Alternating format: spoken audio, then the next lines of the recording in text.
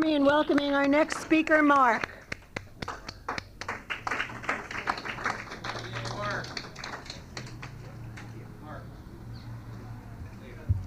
My name's Mark. I'm an alcoholic, and I'm real grateful to be here, and Happy New Year, everybody. And I know this is a big recruiting season, or recruiting time for AA. There'll be a lot of people in the meetings in a few weeks, and I came here that way. I had the get well card, or the nudge from the judge, or whatever you want to call it, the court card, and I was ordered to go to meetings in 1991, and I didn't go. And in 1992, I received notification from the court that if I didn't go to meetings, AA meetings, that I would go to state prison. And so I had a debate going on. You know, do I want to go to prison or do I want to go to these meetings? And finally I decided to give the meetings a shot, and I got sober at a place called Los Amigos in Montebello. And at Los Amigos, they have a table that's in front of the room. And on that table, they have a basket just for the court cards. And you don't put your court card in the Seventh Tradition basket. You have to put it in that basket or it won't be signed. And I used to walk up there with my court card, waving it around like it was some badge of honor, so that everybody would know that I wasn't there because I was sick or needy or weak like they were. I was there on official court business. That was my only reason for coming to the meeting. I wasn't an alcoholic. I wasn't. When they asked for people to raise their hand as alcoholics, mine stayed crossed. I always sat in back in death row, and I was doing everybody's inventory, and when they asked for newcomers, my hand didn't come up. I wasn't a newcomer. I was just there to get the card signed. And that's the attitude that I brought with me to AA. And I'm not sure why I didn't think I was an alcoholic. You know, when you first come to AA, you just don't know that you don't know. I mean, it's like you're in some kind of denial fog, at least for me, because this was my fourth drunk driving, and that's why I had that court card. And along with that, with being drunk, I also had an assault against the police while being arrested. And so, you know, it wasn't like I was just, you know, had too much to drink and was driving down the wrong side of the street one night and it was just a one-time thing. It was happening over and over. So I don't know why I didn't, I was clueless as to why I didn't think I was an alcoholic. I just don't know. But I can tell you this, that I didn't think that anything would work for me anyhow. So why should I become a member of Alcoholics Anonymous if it's not going to work anyhow? Now, I believed when people would come to the podium, like Daniel, who came just prior to me, that their lives had changed and that it was wonderful and that it was working for them. But I didn't think anything would work for me. And so I was afraid to raise my hand as an alcoholic because it wasn't going to work anyhow. It wasn't going to work anyhow. And something happened between, I heard somebody say go to 90 meetings in 90 days and don't drink between meetings. And I said, okay, I can do that. I had to go to 5 meetings a week anyhow to get the court card signed. So I picked up 2 more, and I didn't drink between meetings, but I still wasn't raising my hand as an alcoholic. And somewhere between 60 and 90 days, I heard something that changed my entire life. And it was something that somebody said from the podium. And I'd like to tell you what it was that I heard, but I have no idea. I have no idea what that person said. But I can tell you how it made me feel. It made me feel that there was just a sliver, just a little bit, just an eye drop full of hope that this might work for me. Just a small chance. And once I thought there was a chance, then I became a little bit willing to give this program a try. And once I became willing, I raised my hand as an alcoholic. And for me, that was taking the first step. I was saying, yeah, I'm powerless over alcohol and my life has become unmanageable.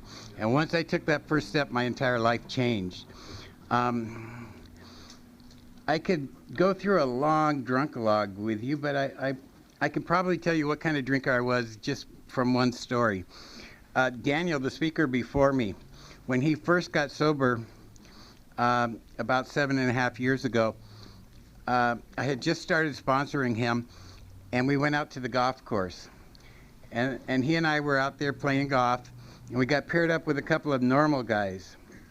And the normal guys were drinking beer, and just, you know, they weren't acting crazy, they weren't acting stupid, they were just acting like normal guys act.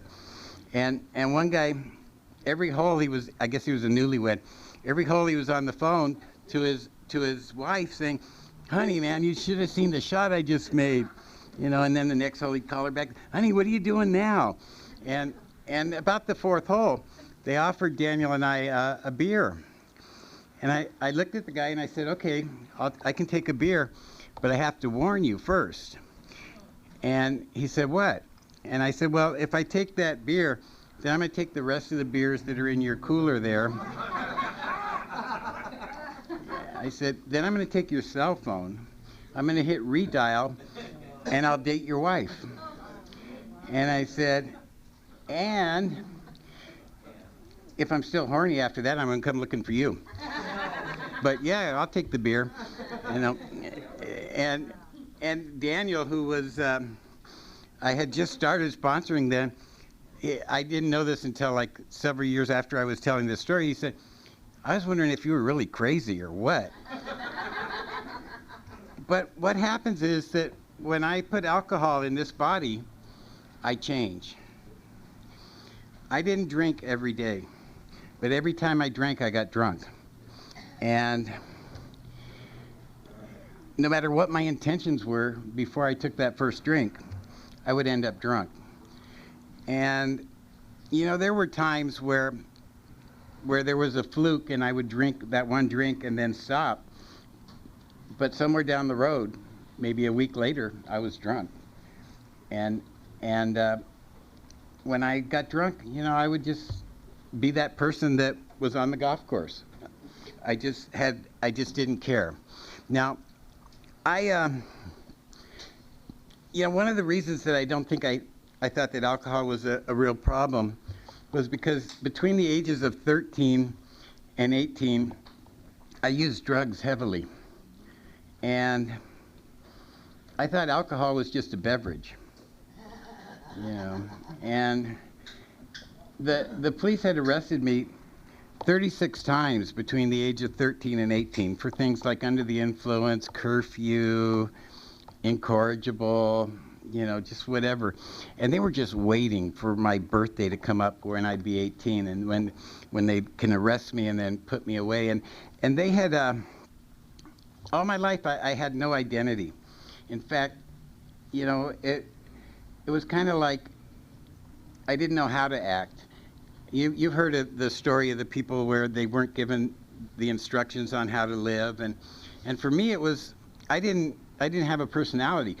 Whoever was the last person that I talked to, that was my personality. I just take on the personality of the last person I talked to because I didn't know how to act, and I was afraid that you would find out that I didn't know, and my fear of you finding that out made me try to act like you or whoever else was I thought was cool. And so between the ages of 13, I was just lost in identity between 13 and 18, and I tried everything as far as cures go.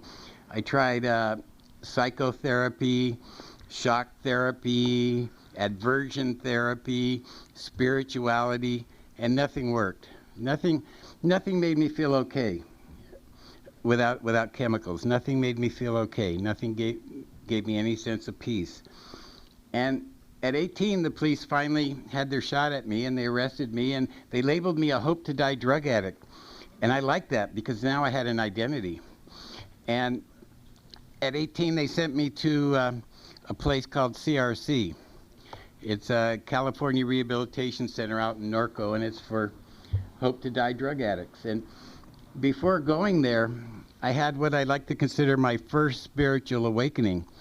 I was 18, my cellmate was 42, we were both junkies, and we both had a shoebox with a bar of soap, a candy bar, and maybe a letter in there, and a comb, and those were our worldly possessions. And something hit me. I had a moment of clarity that I didn't want this at age 42.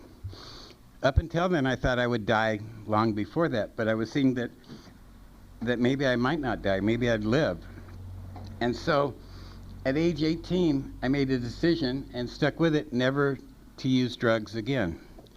And I shared this at a meeting about 6 or 7 years ago in South Central LA, and one of my buddies that was there that invited me to speak, he said, "You didn't have a spiritual awakening, you just read the writing on the wall."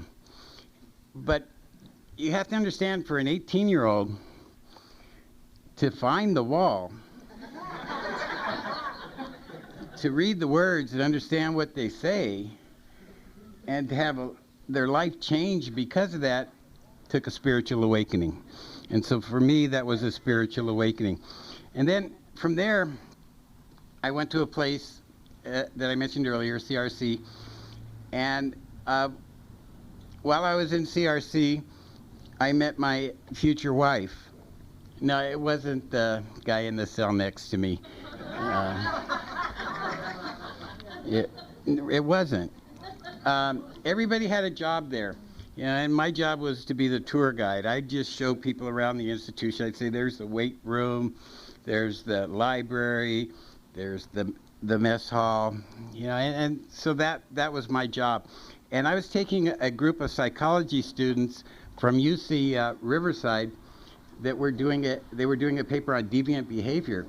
I was taking them on a tour through the institution, and my future, well, I guess she was my future ex-wife,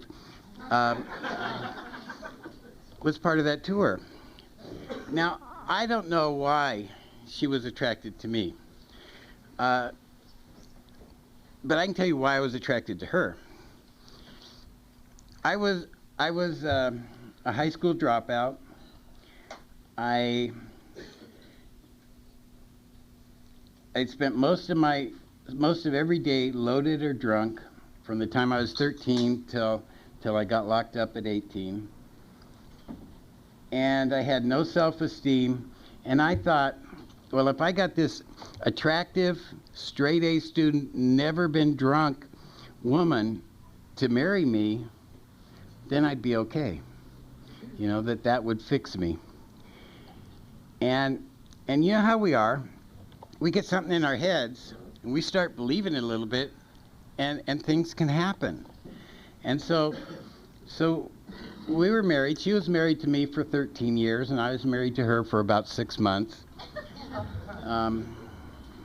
What happened after 6 months, I realized, okay, yeah, she married me, and I still wasn't okay.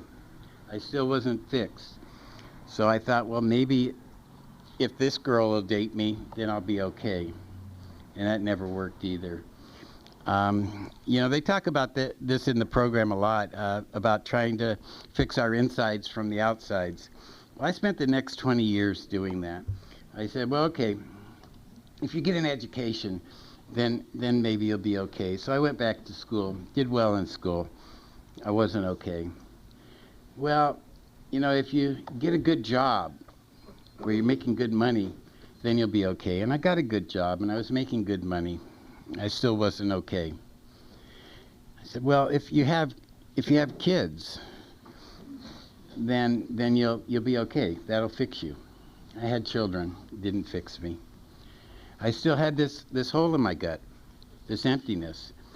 And I didn't drink because I was romantically enticed by alcohol. I drank because I couldn't stand the way I felt without it. It was just that simple. I just couldn't stand being myself, being in my own skin. And And so I tried thing after thing after thing, failing, and eventually alcohol, the beverage, um, took me to a place where I had lost my family. I ended up having 4 children trying to fix myself, never worked. Where I had lost my home, where I had lost my job. I had even lost my profession. I'd lost it all. And I still didn't think I was an alcoholic. I was, we talk about pitiful and incomprehensible demoralization and bottoms. I don't know if for me, reaching a bottom was not enough. Whenever I would reach a bottom, what I would do is I would just lower my standards and go right and continue on. And when I'd reach the next bottom, I'd just lower my standards some more. It was like I was doing the life limbo or something. And there are certain things that I need to remember that were part of my demoralization. There was a time where I was homeless, and I was sleeping in my ex-wife's backyard. And my children, who at the time were probably ages 6 through 12, were sneaking me food without their mother knowing about it. And I was dirty and smelly, and I was at a point in my life where if I reached in a trash can and found a warm hot dog after a barbecue somewhere, that I thought I scored. Or if I found a quarter on the ground, I thought I was really doing well.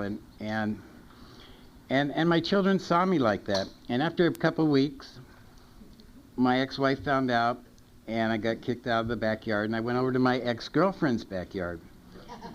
And I did the same thing there, and she was sneaking me food, and she'd given me a sleeping bag, and she told me after that she took the sleeping bag and had it dry cleaned, and it still wouldn't get rid of the stench, and that she had to throw it away.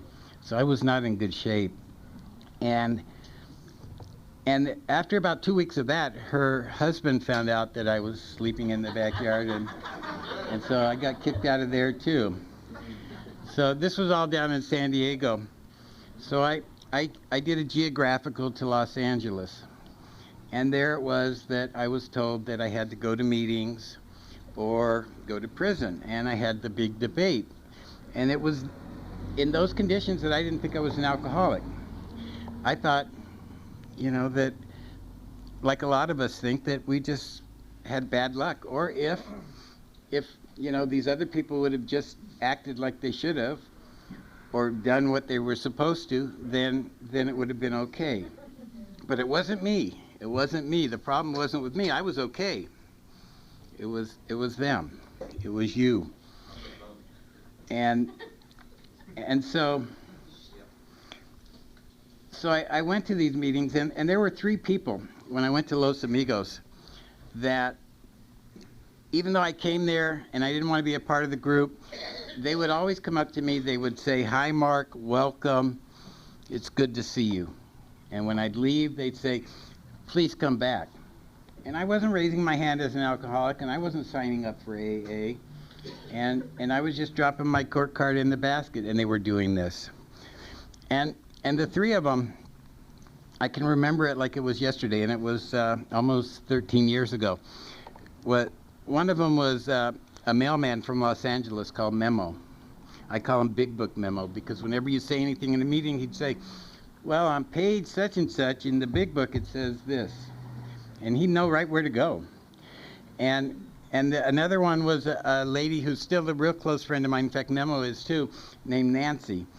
And I thought that Nancy had a lot of time, but she only had a few months sober at the time that she was doing this. So for any of you that are new, it's never too early to welcome somebody that's newer into AA. And the third person was a director, a TV director named Robert A. And he was a good-looking guy, and when I come in, he'd always give me this big flashy smile, and I was a cynic when I came in. Like I said, I wasn't an alcoholic, and I didn't like you people, and I was a little worried about Robert A. because he was a little too friendly, and I thought, you know, I'm a heterosexual guy, and it was kind of worrying me, you know, and one day after the meeting, he had me cornered outside in the parking lot, and he was talking about AA to me, and I was thinking, what's this guy hitting on me? You know, what's going on here? What? And he looked at his watch, and he said, "Oh shit, I got to get home. My wife's going to kill me." And I said, "Thank you, God." And that was the first time I prayed in AA. But those three people are the most important people that I have ever met in my life. To me, they're more important than Bill and Bob. They're more important than the closest people to me, my AA family. Those three people loved me when I didn't love myself. And they gave me the unconditional love, the open arms of AA when I didn't have anything to give back. And so when I came here, I had nothing. And there have been times in my sobriety where I've had nothing but my sobriety. In fact, my first 2 years, there was like a tape playing in the back of my head. Whenever I'd walk out of the meeting into the parking lot, it'd say, "Who in the hell do you think you're kidding? You're going to be back out there again. You always have been. This isn't going to work. Nothing works." And always, for 2 years, that was playing. But I heard in AA that you don't have to act on every thought you have. So I let it play. I haven't heard that in 11 years. That tape hasn't played. It stopped. It went off all on its own. So that was a big lesson for me. That just because I felt or thought something didn't mean that I had to act on it. And I used to think before I got here that everything I felt or thought I needed to act on. And so today, you know, I believe that I can do anything I want in AA as long as I'm willing to make amends for it. And I don't like making amends. So I don't do a lot of the things that I think I want to, just simply because I don't want to make amends. But it's my choice, my choice. The only thing that I can't do is drink, no matter what. That's the only thing I can't do. You know, if I choose to lie, steal, and cheat today, and I'm willing to make amends for it tomorrow, that's okay. I can live with that. But I just can't drink, no matter what. And you know, that may sound real liberal, but you know, a lot of times in my first couple of years, I didn't have really good spiritual, wonderful days, and the best I could do was at the end of the day, look myself in the mirror, look myself in the eyes, and say, "At least you didn't drink today, asshole," and then go to bed. Yeah. And that was good enough. That was good enough. And over the years, you know, it's a good thing. I've been sponsoring Daniel for about, well, a little over 7 years now, and it's a good thing to have. And Linda's talking about she just got her first sponsee, and that's kind of exciting. And it's good to have sponsees, because then if you want to know if something works or not, you can suggest it to them, and then they'll tell you. They'll give you the feedback on it. Well, pray for the sucker for 2 weeks. Then get back to me on it. And you know, I had found out that works myself, but before I got into a situation where I really hated somebody, I had made the suggestion to Daniel. And this was like in his first year of sobriety, and it wasn't real serious. He just wanted to kill somebody. And I said, "Well, you can't do that. What you need to do is you need to pray for that person. And it can't be that prayer, 'Well, God, please take him to heaven tonight.' You know, it can't be that prayer. It's got to be for good things." And when I told him that, you know, he gave me that look like he wanted to rip my head off. But he did it, and he got over the resentment. And I have found in my experience that works too. And that's, you know, that's not original from me. That's from Freedom from Bondage in the big book of Alcoholics Anonymous. It makes that suggestion. My life has changed a lot over the years, but there was a period for 2 years where my situation changed. And at first, when I first decided to get sober, when I raised my hand as an alcoholic, I went for this thing 110%. And I don't know what I was trying to do. I was secretary of one meeting. I was treasurer of another meeting. I sponsored 16 guys all within their first year. And I think I was trying to run for mayor of AA. But it was messed up. All I did was give resentments. I didn't help anybody. And I guess a lot of it had to do with ego. We come in here with egos, or we develop them after we get here. And so I had to get right-sized, and there was a couple of years where I stopped going to meetings. I might go to a meeting, but I'd get there late and I'd leave early, and little by little, I think that the AA gives me happy, joyous, and free, but not the lack of AA gives me restless, irritable, and discontent.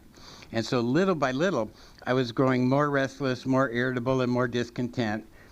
And eventually, I think it would have led me to a drink. But then I had what I consider my second spiritual awakening. And this was about, 8 years ago. It was about this time of year. My children live in San Diego. And my first 4 years of sobriety, I drove down there every weekend and spent the weekend with them. And there was a place that my car wouldn't get any radio reception. It was in San Clemente. And so I would always hit the surf station. And I had not been going to meetings for a couple of years. And I was restless, irritable, and discontent. But I still, for some reason, thought I was okay. And my radio station stopped on this talk show. And it was the end of the year, and they were talking about 3 crimes that happened during the year. One was somebody that shot a bunch of people at a McDonald's down in San Diego. One was another guy that was stalking women and raping them, and I can't remember. I think he might have been killing them too. And the third one was a guy that killed a family of 5 at drunk driving in Compton. And they were talking about what they should do with these people. Torture them for the rest of their lives, execute them, put them in prison. And I was listening to this, and all I could think of was I could be driving that car that killed the family of 5. I was driving that car a lot of times. I just never hit the family of 5. And it scared me. It scared me. And it scared me right back into AA meetings. And since that time, I don't think I've gone a week without missing a meeting. I have a home group. It's called the Wandering Juiceberries of AA, and hey, it's not funny. Don't laugh. Serious, man. No, really. When we started this group, it was just an idea. And Marilyn, she lives in Murrieta. Myself, I live in Montebello. And another friend from Orange, we said, well, let's get together for for meetings on Fridays. And we were thinking it was just going to be the 3 of us, and it wasn't going to be a big deal. And so, well, let's give ourselves a name. And then we came up with this stupid name, the Wandering Juiceberries of AA. And then we invited Daniel and Linda and some other friends. And all of a sudden it grew into this big group where we've got, hundreds of people. And we've had well, as an example, Mike is from Riverside, Mary Ann's from Huntington Beach, Daniel and Linda are from Rosemead, the other Mike is from Downey, and Marilyn's from Murrieta, and I'm from Montebello. We come from all over. But every Friday night, we hit a different meeting. And there's been times where there's been over 40 people from all over show up at this participation meeting on a Friday night, because we don't prepare the meetings, we just show up. And it's really interesting because we've been welcome with open arms at 99% of the meetings, but there was one meeting in Glendale called Shakers, and about 20 of us showed up, and we had a lot of various years of sobriety, everywhere from newcomers to, I'm sure that David was there, so we had anywhere from newcomers to 30 years of sobriety, 35 years, 25 years, 22 years, a lot of sobriety. And we go into this meeting, and they share that they don't like us being there. They share they don't like us being there, and they don't even like it when newcomers show up, much less us. Well, that was like 6 years ago, and we've been scheduling that meeting ever since. 3 or 4 times a year. Because we earned our seats. We earned our seats. And you know, and then no one's going to take our seats from us. You know, we paid for our seats dearly. And you know, and it turns out now it's kind of cool, because when it's a small meeting, there's like 5 or 6 people, but when we show up, about 3 of them leave, and they give us like the salute, you know, and they walk out. But you know what? I'm about all about love and tolerance, you know. And page 84 in our big book says that that's the code of AA. And if they got a problem, that's okay. It's their problem. They can have it. I'm not going to adopt it. You know, I pick and choose the drama I take on today, and I just choose not to pick up on their drama. About 2 weeks ago, I had a surgery, and it's funny because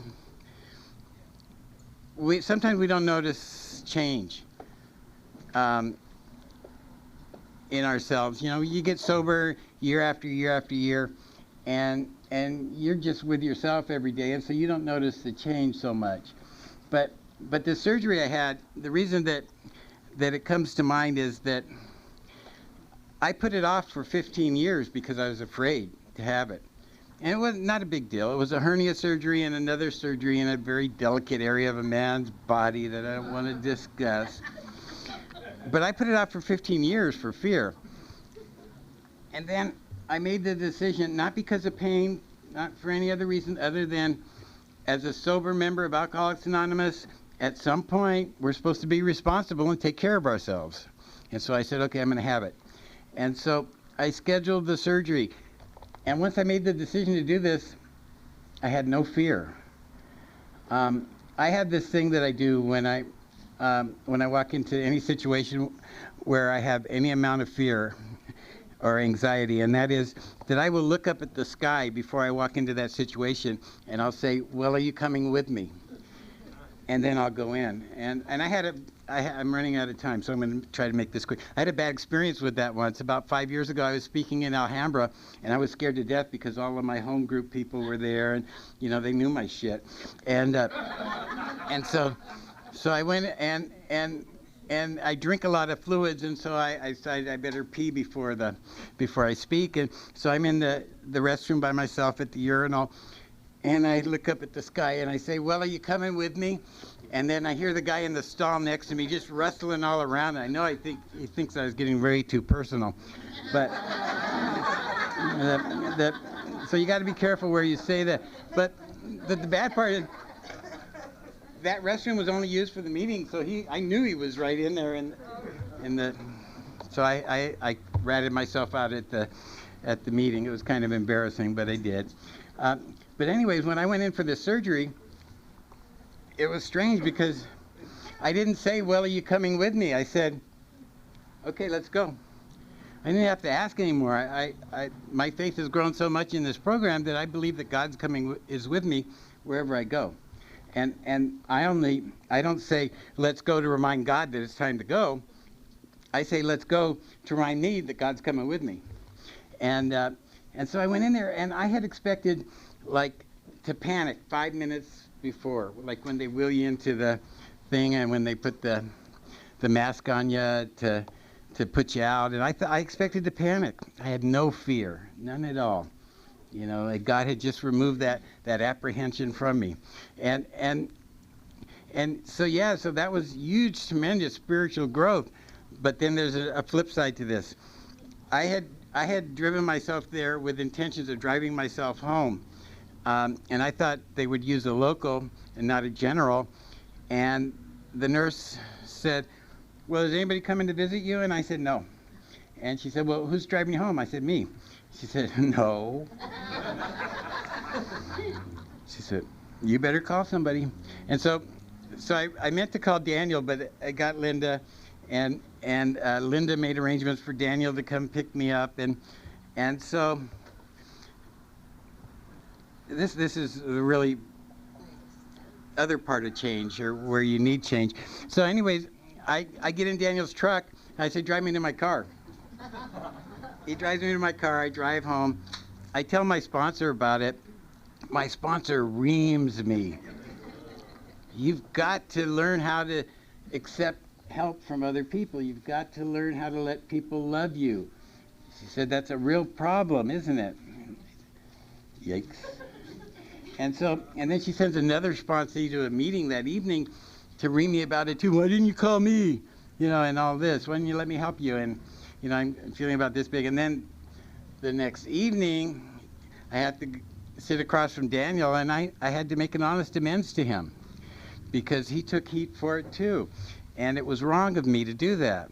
So, you know, it's interesting how we change in AA, and once we've found something that, okay, well, we've come this far, we find something else that we have to work on completely different.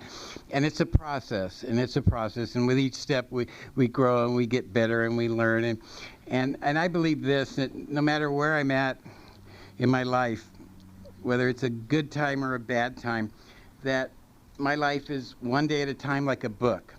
And that if I'm in a bad part, a bad section, that all I have to do is just keep reading, just keep doing what I'm doing, because I know how the book ends.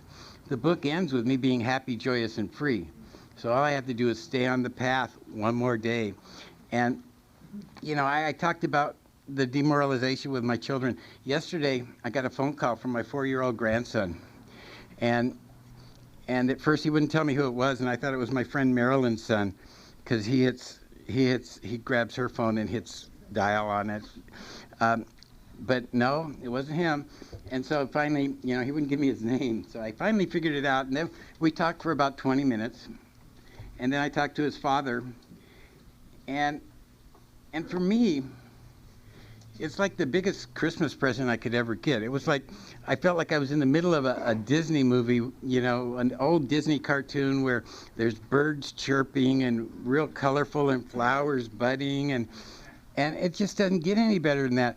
And you know what? Without AA, I wouldn't even be able to see that, much less appreciate it. My life has just changed completely. You know, it's nothing like what it was. And if you're new to this program, you know, I hope you give yourself a chance. This is the real deal. You know, AA works, and it works real well. And it doesn't just, you know, it's the only people that it doesn't work for, according to our literature, are the people who are incapable of being honest with themselves. You know, so if you're not happy with where you're at, if you just give this program a shot, just a shot, just a little bit of willingness, you don't have to become the poster boy for AA. You just have to suit up and show up and bring an open mind and just try suggestions, and if they work for you, work. AA's, a friend of mine says AA is like a smorgasbord. You know, you just go through the line and you take what you like and what works for you. And for me, I've never had it so good. Anyways, I've run out of time. Thank you for letting me share, and Happy New Year to you all.